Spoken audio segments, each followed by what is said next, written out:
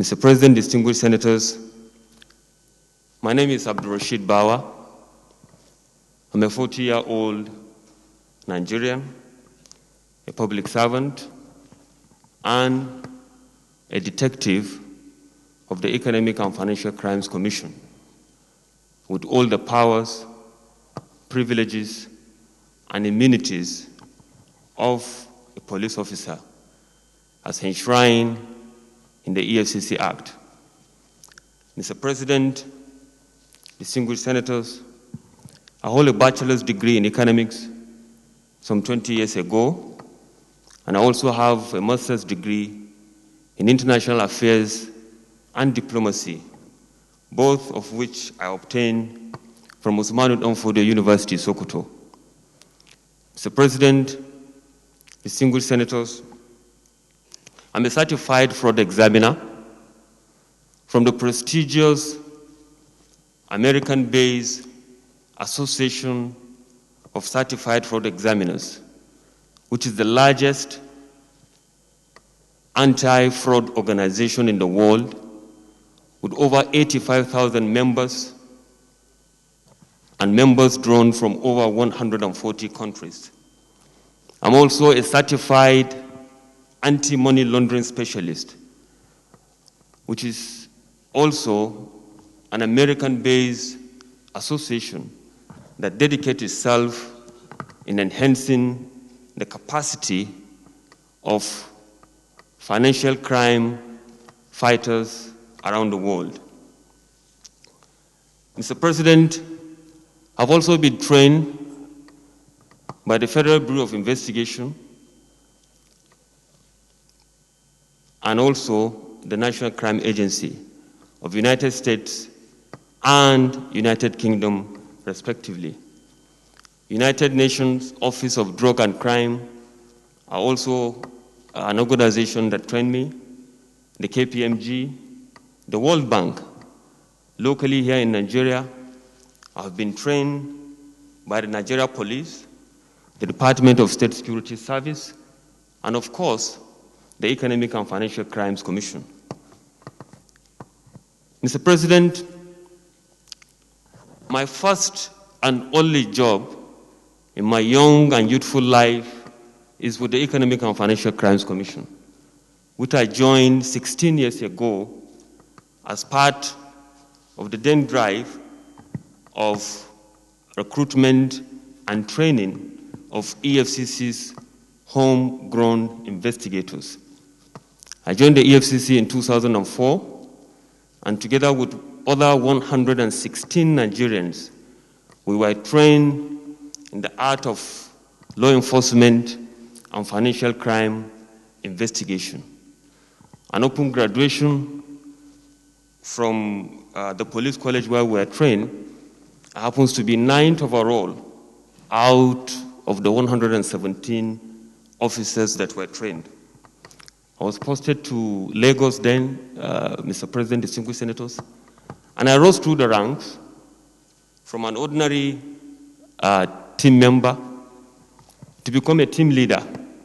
It is on record in EFCC that I happen to be the first regular staff of the EFCC to be appointed a team leader in the midst of all police officers that have dominated the scene of operations. I became a sectional head, and I also became a zonal head. And by way of emphasis, Mr. President, distinguished senators, I'm humbled to say also that I happen to be, as at today, the only EFCC officer to have headed 3 different zones.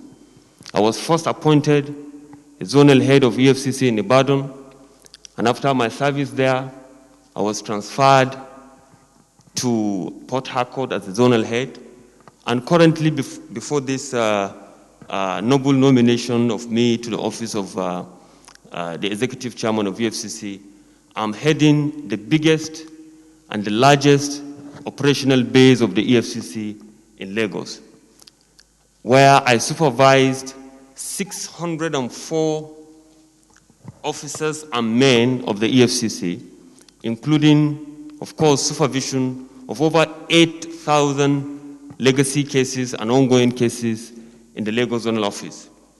Last year alone, distinguished senators, despite the incidences of COVID-19 pandemic, as well as the end of SARS protest, which hit the Lagos Zonal Office more than any other zone, we were able to secure over 220 convictions. We also recovered over 10.9 billion, as well as over 1.9 million US dollars at the Lagos Zonal Office.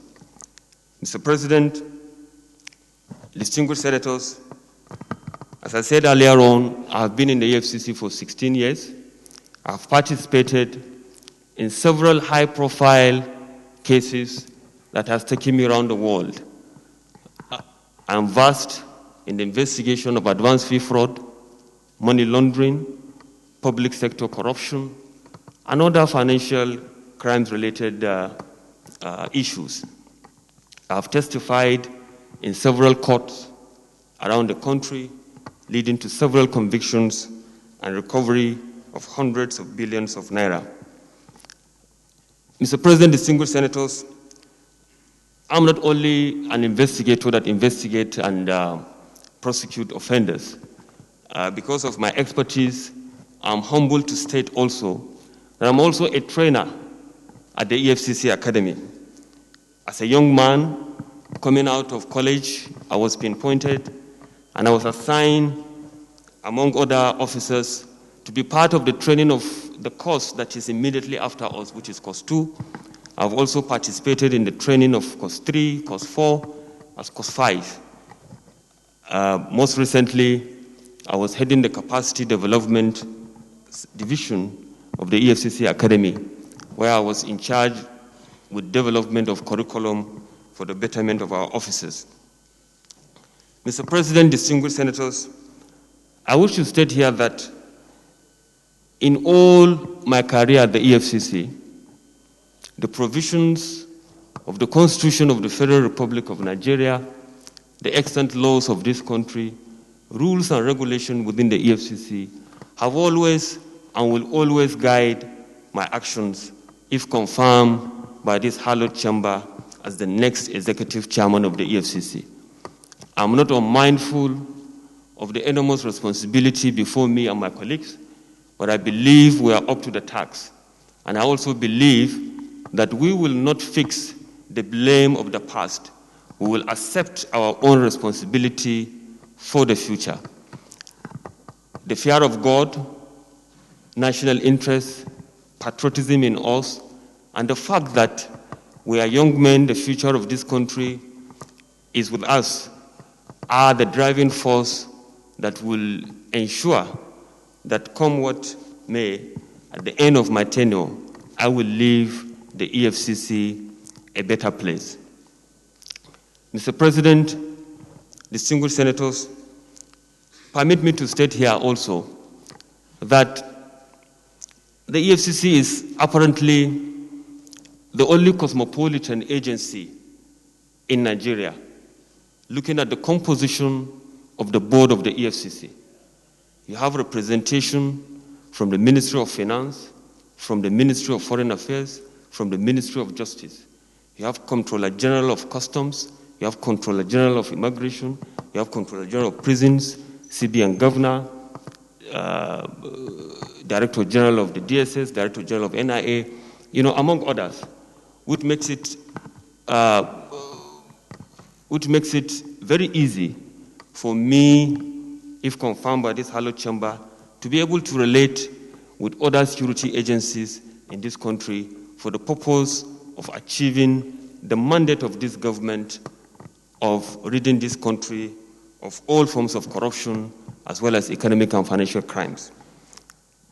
And to our strategic partners around the world, particularly in the United States of America, United Kingdom, South Africa, etc., I intend to work with them closely, sharing information and intelligence in order to attain our mutual objectives as well as our independent objectives as well.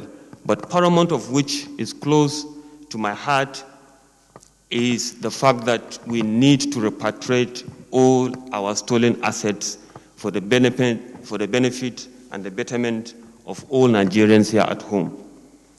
Mr.